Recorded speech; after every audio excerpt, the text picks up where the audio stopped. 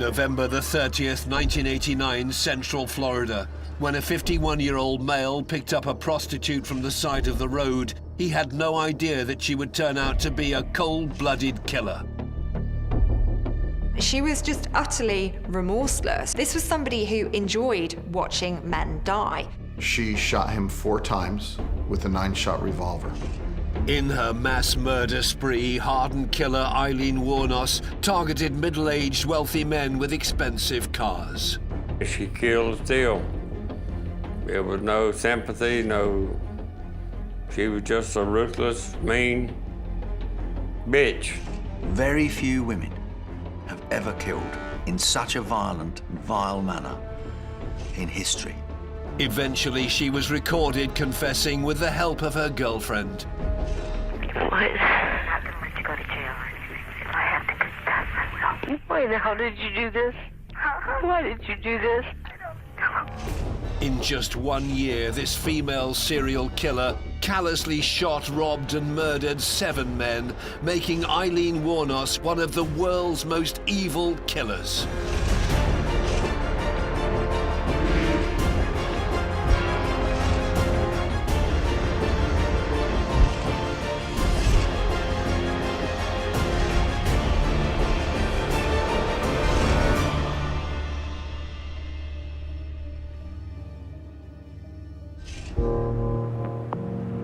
Daytona Beach, Florida.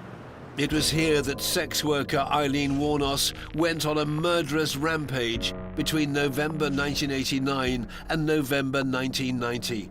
Her actions left locals fearing for their lives. Wuornos shot and killed at point-blank range 7 men between 1989 and 1990. Here is somebody who is deliberately targeting men who are looking to engage in the services of a sex worker, and she is killing them and robbing them and disposing of their bodies. Detective David Taylor was on the police task force that was instrumental in bringing Wuornos to justice.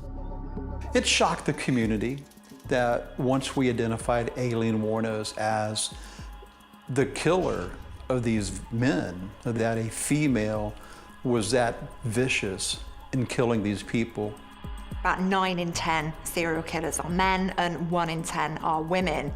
Female serial killers tend to use quite remote methods like poisoning, but Wuornos literally went and picked victims as they drove past her on the highway. It's very rare to have a female serial killer, but it's even rarer to have one that kills in the way that Wuornos did. She essentially killed like a man. Mike Joyner was an undercover police officer on the Wuornos case and was key to her arrest. She would be on the side of the road and prostituting. She would pick up men as they stopped to help her, and then she would take them somewhere and kill them and take their money, or take whatever value they had. Detective Brian Jarvis was also on the Wuornos task force, and he recalls the impact her killing spree had on Florida. At this particular time, because of the way the bodies were found, the way things turned up, there was a lot of panic all over this.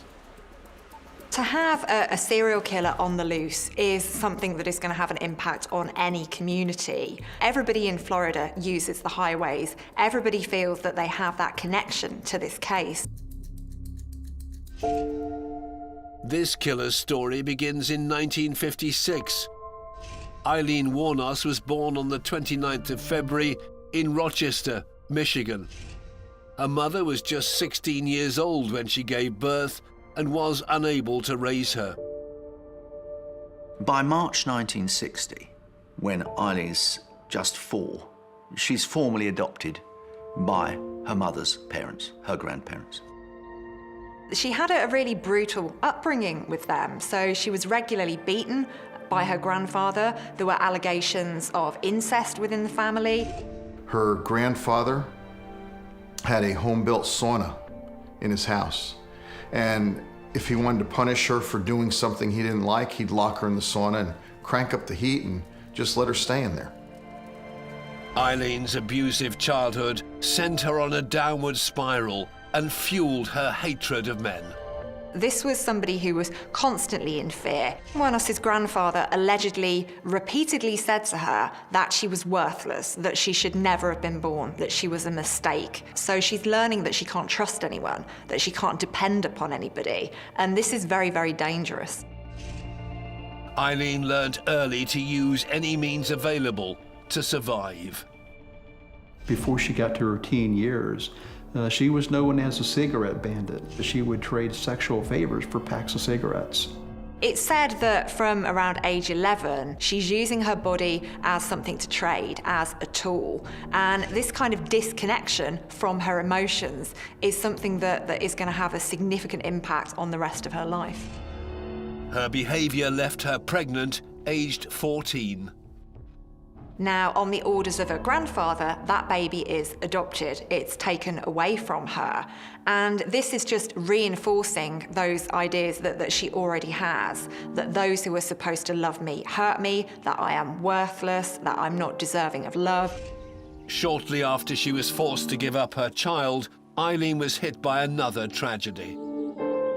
Her grandmother dies of liver failure, having been quite a heavy drinker for many years. Her grandfather actually blames her for her grandmother's death. Her grandfather was furious and threw Wuornos out of the house. Aged just 15, Wuornos was left homeless. Alone, her only option was to live in the woods at the end of their street. She lives a very feral existence, sleeping in an old car, and she's still a child at this point. And this is incredibly damaging. There is absolutely nobody there for her. She is literally just taking each day as it comes. She's making sure that she has enough to eat. She is basically using her body as she's used it before. She's learning that life is full of rejection, it's full of pain, it's full of fear, and that she really needs to hurt others before they get the chance to hurt her. One person she was still close to was her brother Keith. Just 11 months older than Aileen, the rumor was that their relationship was an unnatural one. There were allegations of incest. School friends of Keith said that they'd witnessed these things going on. So she felt a connection, but it was a very pathological and a very toxic one. Unable to cope living outside during the cold winter months in Michigan, age 16, Aileen hitchhiked over 1,000 miles west to the warmer climes of Colorado.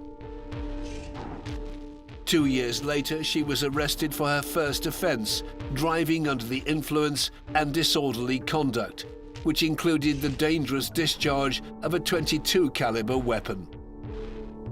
Eventually, in 1976, age 20, she hitchhiked 2,000 miles southeast to sunny Florida.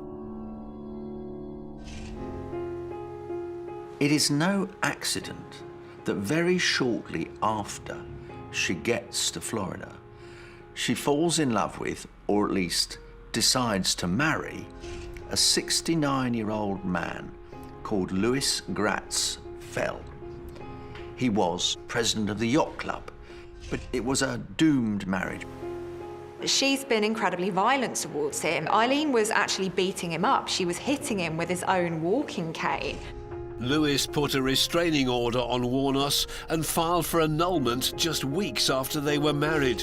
While the proceedings were going through, Aileen received some devastating family news.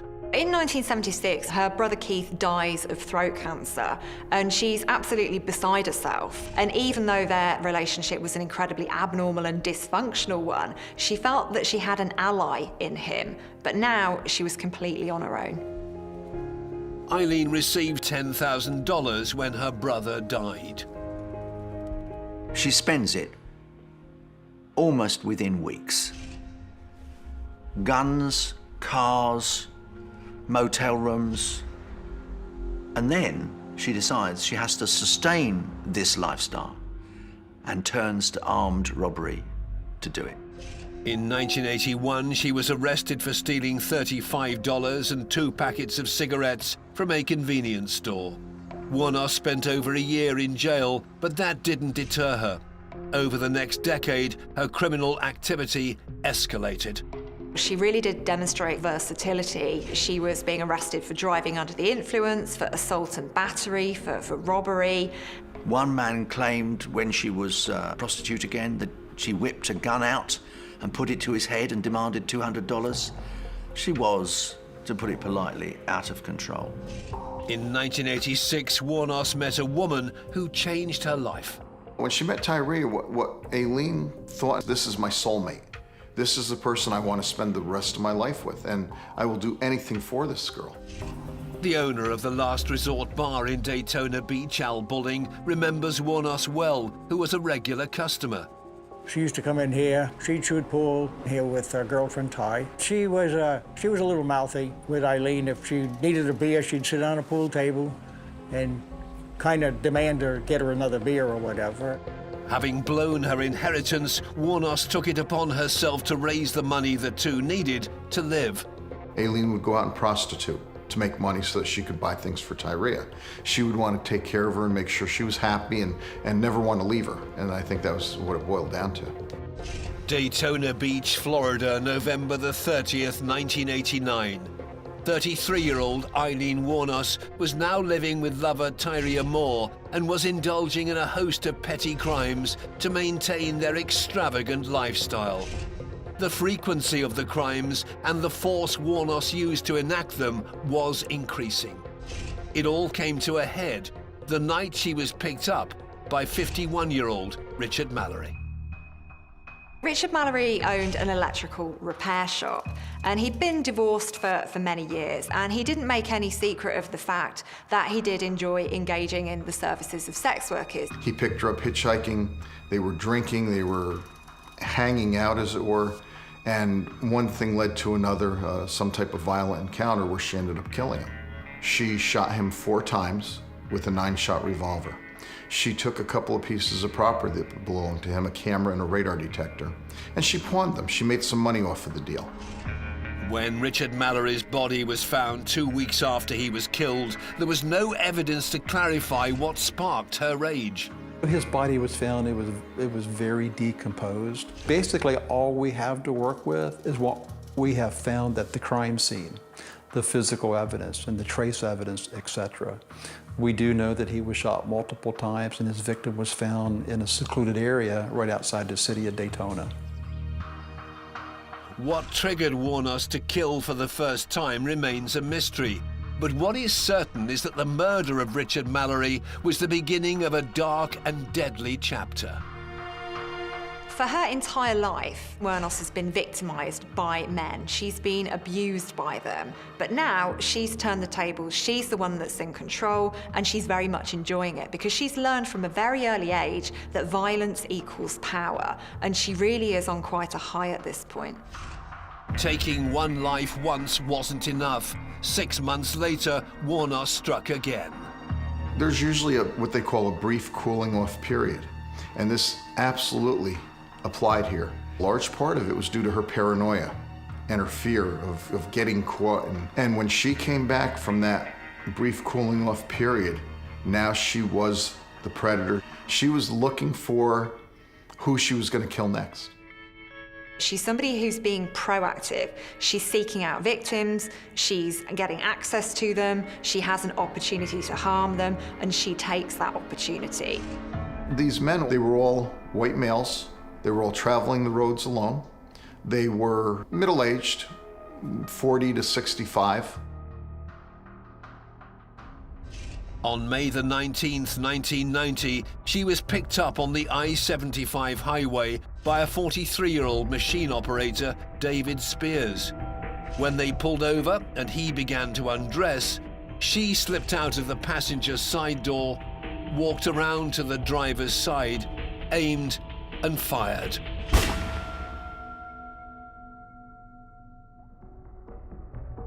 He'd been shot 6 times. One shot was not enough for Wuornos. She was making a point with her killings. She was saying, this is for all the men who have abused me over the years. This was somebody who enjoyed watching men die because for the first time in her life, she was powerful. She was the one in control. She was the one calling the shots. David was last seen by his son leaving work at midday to meet his ex-wife. When he didn't show up, his family reported him missing. Our patrol division had come upon a vehicle that was abandoned on I-75. It was in the southbound lane on the shoulder. It had a flat tire. And when they ran the VIN number on the vehicle, it came back to David Spears, who had been reported a missing person. We searched the area, we secured the vehicle to process it, and we found that she had taken some stuff out of the vehicle and tossed it off the side of the road into the weeds. The items included the license plate or the tag from the car. David Spears' body was found less than 2 weeks later, dumped in Citrus County, a few miles from the I-75 highway. May the 31st, Wuornos went on the prowl again.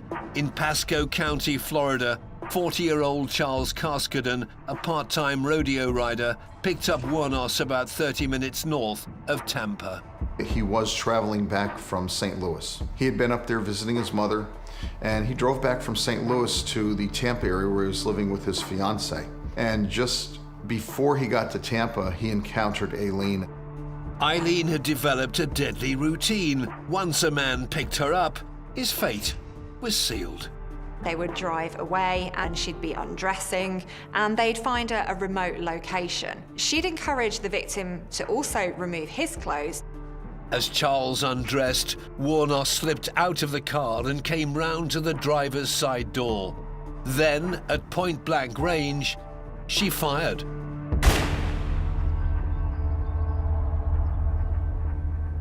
She didn't just kill, she shot Charles Carskadon 9 times.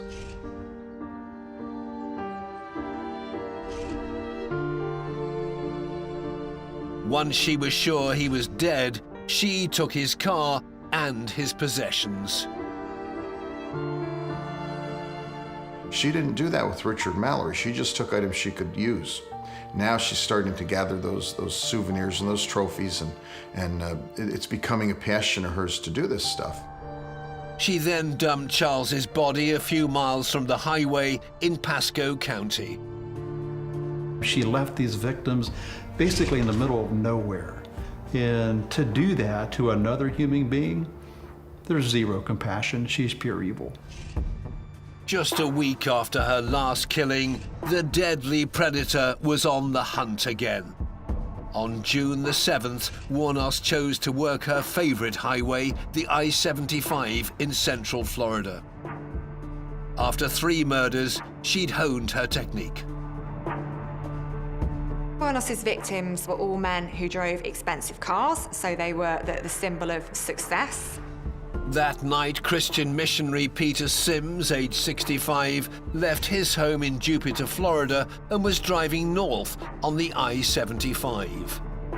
Peter Sims was on a road trip, and he never made it to his destination. His intent was to drive up to New Jersey, and from there he had planned on going over to Arkansas. He had a number of Bibles in the car with him. He was going to pass them out along the way. Instead, for some unknown reason, Peter Sims picked up Aileen Wuornos. You could not have thought of as a more upright character. He also took part in an outreach Christian ministry. But I think that infuriated Wuornos because she thought, you hypocrite, I'm going to kill you. And she duly did. The following month, the car was found in the Ocala National Forest, 50 miles west of Daytona Beach. The evidence discovered would point to Wuornos as the terrifying serial killer targeting middle-aged men across the Sunshine State. Daytona Beach, Florida, July 1990.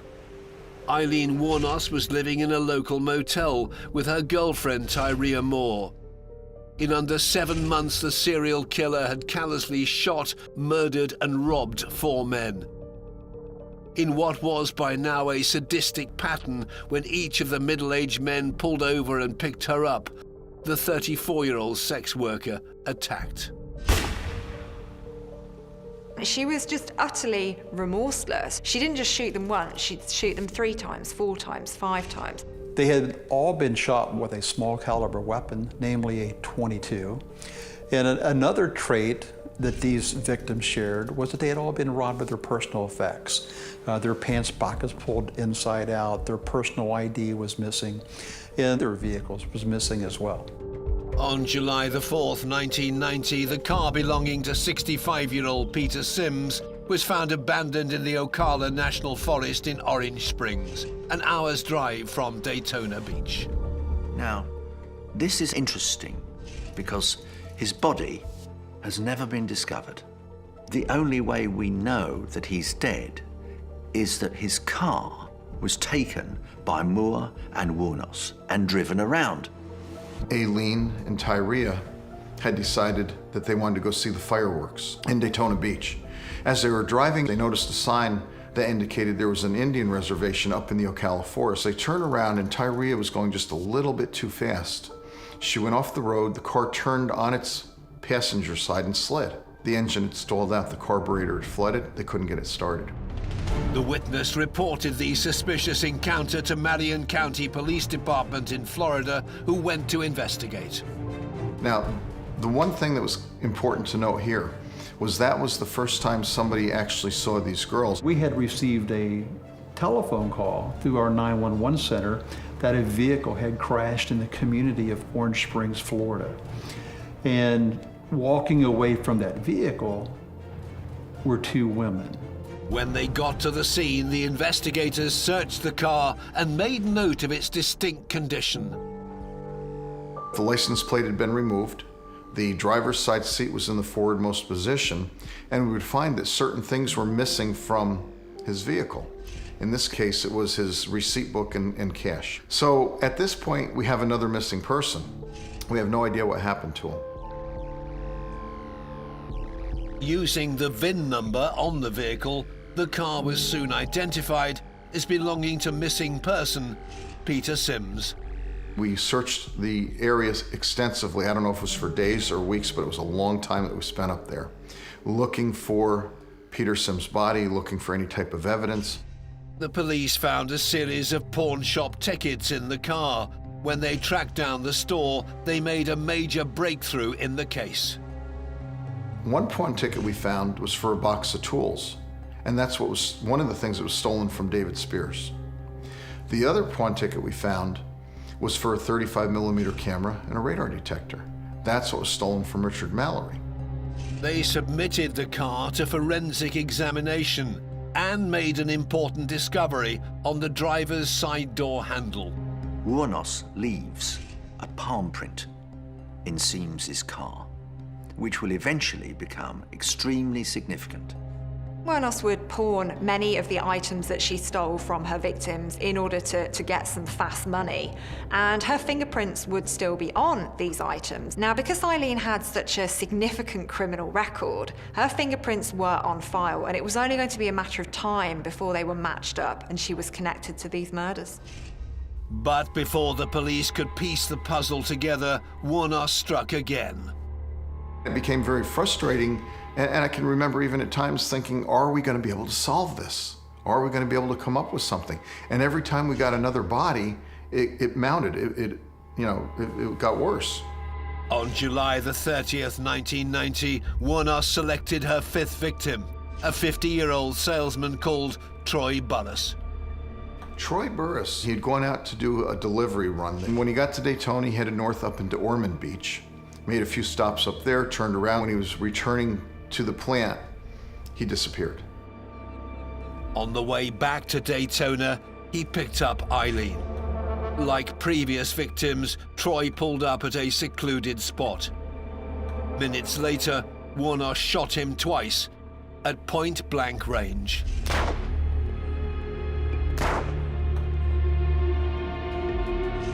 "50-year-old Troy's body was found 5 days later. One of our deputies came upon his truck and it had been abandoned at the intersection of State Route 40 and 19, very isolated area. A month later, she took her sixth life. On September the 12th, 1990, 56-year-old retired police chief Charles Dick Humphreys was coming off the I-75 when he picked up Aileen Wuornos. They drove to a deserted location a few miles off the highway in southwestern Marion County and pulled over. David Taylor was the homicide detective called to the scene. The evidence is consistent with Mr. Humphreys getting out of the vehicle from the driver's side. We're looking at Aileen Wuornos getting out from the passenger side. And it was at that point that shots rang out.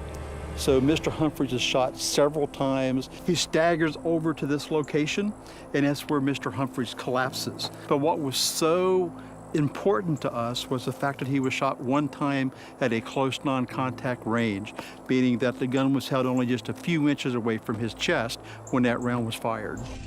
Wuornos shot Charles Humphreys multiple times. She's using much more violence than she needs to get the job done. It shows to me that she's enjoying this overkill. It's not enough to kill him. She has to destroy this individual. And this is somebody whose behavior is escalating. By the autumn of that year, investigators were still unable to identify the killer and stop the murders.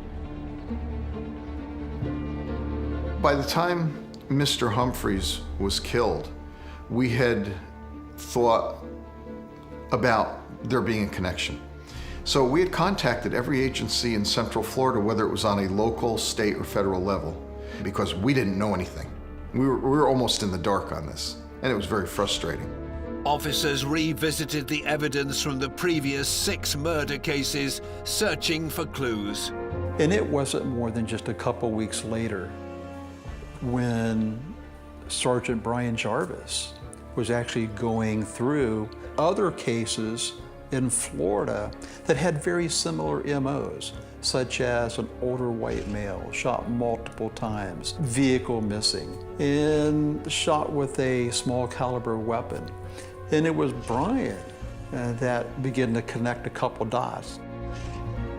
By winter of 1990, a task force was formed made up of detectives from several of Florida's counties.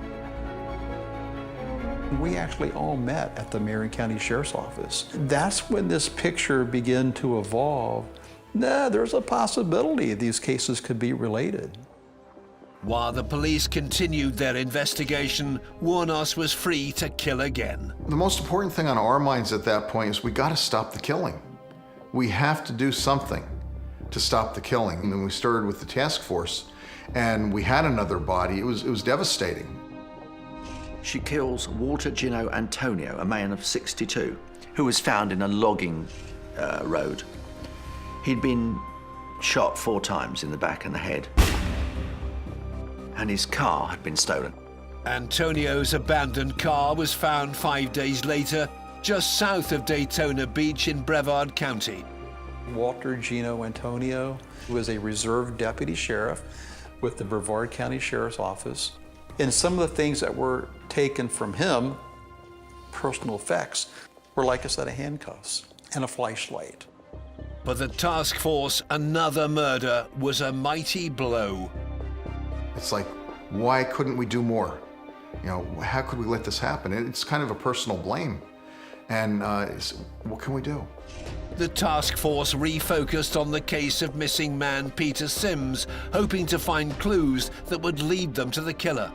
We were perplexed with that case because we had not located his body, but he was a middle-aged white male. The biggest piece of evidence in that case was we had eyewitnesses that seen these 2 females leaving the scene of that crash. After interviewing the witnesses, the police were able to draw a composite sketch of the 2 women, and that changed everything. I think the eureka moment came the first time we went public. Within the first hour of releasing these composites, we had a call that came in. It was item number 5, our 5th lead, that named Tyria and Aileen. And in very short sequence, we had 3 other leads come in that also named the same girls. So now we knew there was something to that. Those leads eventually took us to some biker bars. Now we have undercover investigators that are now going from bar to bar, looking for people that look familiar with the people in the composite sketches. One of the undercover officers sent to find the suspected serial killer was Mike Joyner. I was the lieutenant over a special investigation unit, SIU unit. They called me in to a meeting and said that they had found out that she was staying in Daytona or close to Daytona and wanted me to go over there and see if I could find her in some of those biker bars over there and maybe, get close to her. Daytona Beach, Florida, January 1991.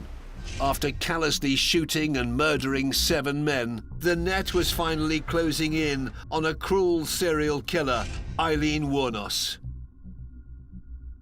She is a woman who took pleasure in not only killing, but also robbing her victims.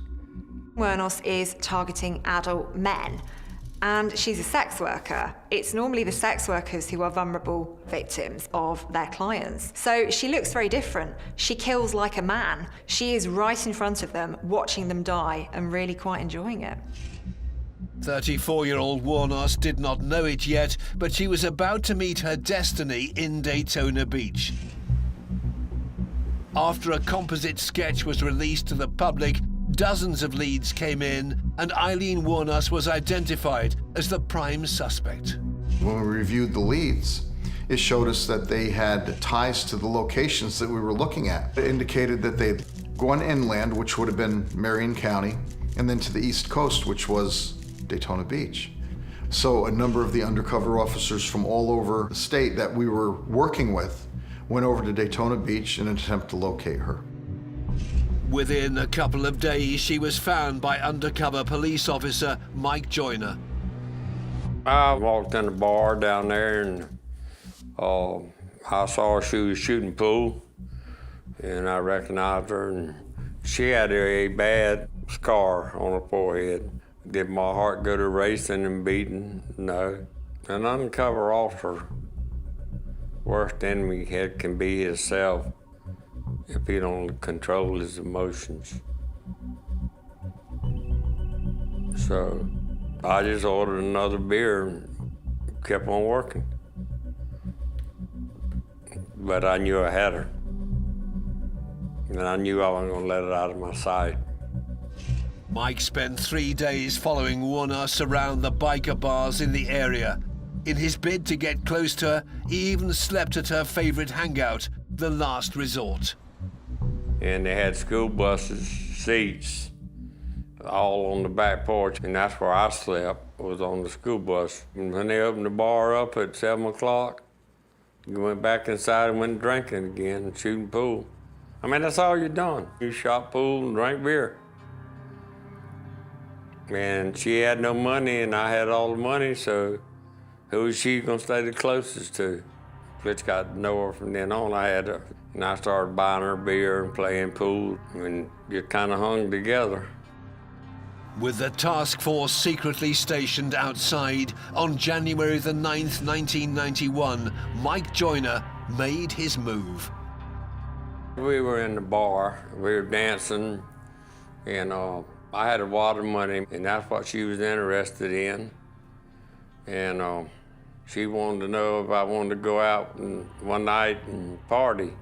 And I told her, I said, yeah, I'd love to go out, but I said, you stink. You ain't had a bath. And I don't know when, and I said, I stink. And I said, I ain't doing that. I'll go get a motel room and we'll clean up, but I ain't going out with no stinking ass woman. Mike told Wuornos to wait for him at the bar while he went to get his room key. Instead, he met with a task force outside.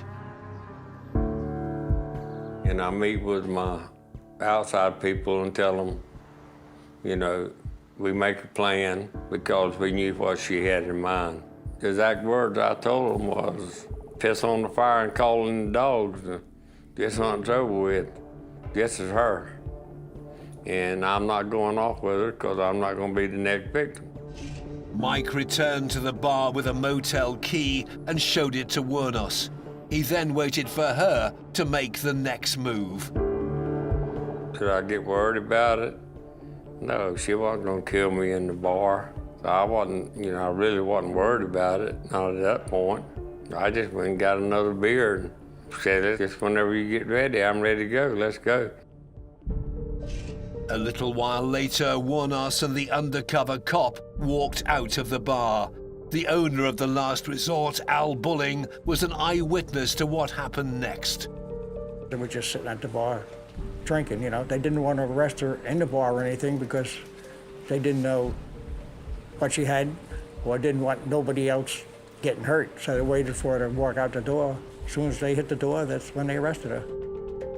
Wuornos was bundled into a car and taken away. The task force had successfully executed the arrest safely. I wasn't worried about my safety because I had the best backup in the world. It was a relief. I think that's the best way to describe it, as a relief. The next day, investigators managed to track down Wuornos' partner, Tyria Moore, in Scranton, Pennsylvania. And they said to her, let's make a deal. If you can provide evidence, if you can help us convict Aileen Wuornos, then we will give you immunity from prosecution. So I think this was a very, very tempting offer. Tyria agreed to call Aileen and let the police record their conversations. Lee, they're coming after me. I know they are. No, they're not. What? I'm not going to let you go to jail or anything. Listen, if I have to confess, I will. Okay. Yes. Why the hell did you do this? Why did you do this? I don't know. Listen, Ty. Wait. I'll probably never be able to see you. Yes. I love you. If I have to confess everything just to keep you from getting in trouble, I will. Okay. I love you. No. Don't do it now. Get it over with. Right this very moment? Yes. Get it over with. All right. The same month she was arrested, Aileen Wuornos fully confessed to the 7 murders. Well, I came here to confess. I wanted to be straight up with one thing right there and now. Sure. The reason I'm confessing is there's not another girl. I did it. There is no other girl. Okay, so then what you're telling us is you're voluntarily coming forward to talk to us now. Yeah, to let you know that I'm the one that did the charge. Despite the seriousness of her crimes, Wuornos refused an attorney. Well, what's an attorney going to do? I know what I did. I'm confessing what I did. So go ahead and let me hear. But in what was the cornerstone of her defense, she claimed that in each case, the men had tried to rape her.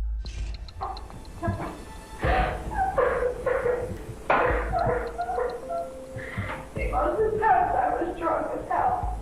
And I was a professional hooker. And these guys would take my if they started to get rough with me or whatever. I just opened up and fired on them. I was trying to make my money and go.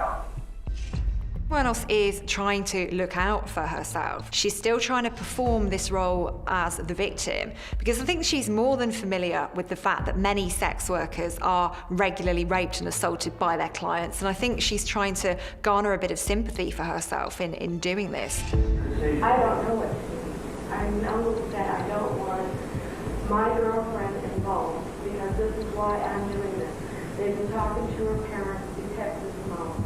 She did not do anything. Her trial for first-degree murder started a year later on January the 13th, 1992 at the Volusia County Courthouse near Daytona. It was an extraordinary defense. After all, she could simply have reported them to the police. But she didn't do that. She took the law into her own hands and indeed executed them herself. Wuornos is a simmering pot of resentment, and it's not enough that she's killed her victims, but she wants to make them suffer after they've died. She wants to tarnish their reputations. So she says that her victims picked her up, they targeted her, they were the predators, not her. In an unusual twist, Wuornos was only tried for her first murder, that of 51-year-old Richard Mallory. Florida State Attorney John Tanner was the lead prosecutor. In Florida, if you have a series of crimes that are related in certain factors, then you may be able to bring in evidence of those other crimes, and in this case it was murder. Called the Williams Rule, John Tanner was able to draw a link between the 7 murders. Each of these killings looked almost identical, showing, I think, basically that this appeared to be the print of the same killer. And it certainly challenged the theory that she was simply defending herself against rape. When you're saying that everyone that picked me up tried to rape me, and credibility becomes a real issue. On January the 27th, 1992, Aileen Wuornos was found guilty of the murder of Richard Mallory and sentenced to death. Then she pulled a major surprise. One of the odd twists of this whole thing, after being sentenced for Richard Mallory's death, she elected to plead guilty for 5 other counts of first-degree murder, and she accepted the death penalty without going to trial. She really just wanted to get it over with. She didn't want to go to trial again. She didn't want to face Tyria. By November 1992, Wuornos had been given a total of 6 death sentences. She was never charged with the murder of Peter Sims, as his body was never found. After 10 years of appeals and litigation, she finally met her fate. Very close to the end of her life, she said, "I have hate crawling through my system. I'm competent, sane, and trying to tell the truth. I'm one who seriously hates human life, and I would kill again." Aileen Wuornos was executed by lethal injection on October the 9th, 2002. Her reactions were a typical Aileen. She was verbal. She was discussing something about the mothership's ready to blast off, that she would be back again one day, and here we go. I've told a lot of people that when we stop talking about Bonnie and Clyde, that'll probably be the same day we quit talking about Aileen Wuornos. Some people believe that she was an abuse victim, that she was very childlike, vulnerable. Other people feel that she was a sadistic killer. She enjoyed ending men's lives. In reality, it was probably a bit of both, and that's why we continue to be fascinated by her. In just 1 year, she callously killed 7 men in cold blood and then robbed them. She had a record unmatched by any other female killer. The violent nature of her multiple murders makes Aileen Wuornos one of the world's most evil killers.